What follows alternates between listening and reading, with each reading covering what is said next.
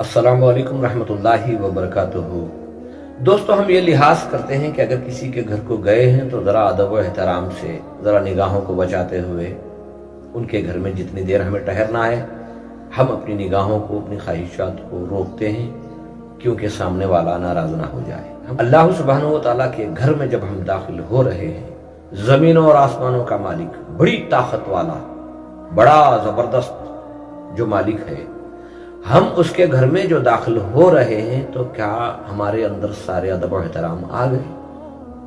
کیا ہم نے اللہ کے گھر کے قانونوں کو سیکھا؟ کیا ہم نے اللہ کے گھر کے قانونوں کو سمجھا؟ اللہ کا گھر ہے، اس اللہ کے گھر میں اللہ کے قانونوں کے مطابق، رسول پاک صلی اللہ علیہ وسلم کی شریعت کے مطابق ہمیں داخل ہونا ہوگا، اور اس کے بعد وہاں جتنا کام ہمیں کرنے کو کہا گیا ہے قرآن یا حدیث کی شکل میں، اتنا ہی کرنا ہوگا۔ اپنی ضروریات، اپنی باتیں، اپنا گھمنڈ اور غرور کو سب نکال کر باہر رکھنا ہوگا۔ یہ وہ مالک کا دربار ہے، ساری طاقتیں اس کے سامنے عاجز ہیں۔ یہ وہ طاقت والے کا گھر ہے جس کے ایک حکم سے ساری دنیا الٹ پلٹ ہو سکتی ہے۔ دل میں اللہ کا خوف ہو اور اللہ کا خوف دل میں رکھ کر اس کے گھر میں داخل ہوں گے، اللہ ہمیں عزت عطا کرے گا۔ بہت سارے لوگوں کو ہم نے دیکھا ہے، نہ نماز کو سیکھا ہے، نہ اللہ کے گھر کے ادب و احتراموں کو پہچانتے ہیں، بس منمانی ہے۔ جس مالک کے سامنے ہم گڑ گڑانے کے لیے، معافیوں کی بھیک مانگنے کے لیے گئے ہیں، ہم نے اس کے گھر کے قانونوں کو نہیں پہچانا۔ جلدی کرو، سمجھو، پچھلی زندگی میں ہم نے جو اللہ کے گھر کے قانونوں کی بے ادبی کی ہے اس پر معافی مانگیں گے۔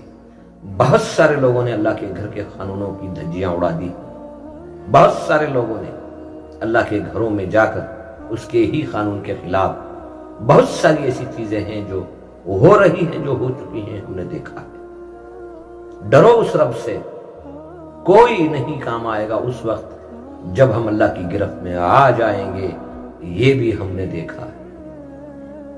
خبردار ہو جاؤ میرے دوستوں، میرے بھائیوں، اگر کوئی غلطی کر رہا ہے، کوئی اللہ کے گھر کی بے ادبی کر رہا ہے تو اسے روکنے کی کوشش کرو۔ جہاں تک ہو سکے ہاتھ سے روکو، زبان سے روکو، کوشش کرو کہ کہیں اللہ کے گھروں کی بے ادبی کرنے کی وجہ سے ہماری دنیا اور ہماری آخرت خراب نہ ہو جائے۔ ایک حدیث پاک کا مفہوم ہے، بوڑھی عورت مسجد کا کوڑا کچرا اٹھایا کرتی تھی۔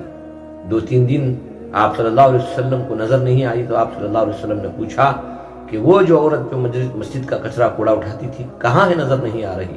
تو صحابہ نے کہا، اے اللہ کے رسول صلی اللہ علیہ وسلم، اس کا تو انتقال ہو چکا ہے۔ تو آپ صلی اللہ علیہ وسلم نے پوچھا کہ چلو اس کی خبر پر مجھے لے کر۔ تو آپ صلی اللہ علیہ وسلم اس بوڑھی عورت کی خبر پر کھڑ کر اللہ سبحانہ و تعالیٰ سے دعا کر رہے تھے کہ اے بار تعالیٰ، تیرے گھر کا کچرا کوڑا اٹھاتی تھی، مولا اس کی مغفرت فرما۔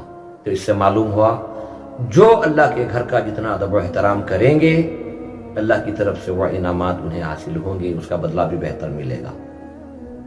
لیکن جو اللہ کے گھر کے قانونوں کے خلاف کریں گے یا بے ادبی کریں گے، ان کی زندگی بھی اتنی بھیانک ہوگی اور ان کی آخرت بھی اتنی بھیانک ہوگی۔ ایسے کہ اللہ ہر مقام پر، جس مقام پر ہمیں جس طریقے سے رہنا ہے، ہمیں وہ سمجھ عطا فرما۔ تیرے گھروں کا ادب و احترام کرنے کی توفیق عطا فرما، تیری عبادتوں کو سیکھ کر کرنے کی توفیق عطا فرما، سمجھ کر کرنے کی توفیق عطا فرما، نمازوں کو سیکھنے کی توفیق عطا فرما، اذان اور اقامت کے الفاظوں کو صحیح سمجھ کر ادا کرنے کی توفیق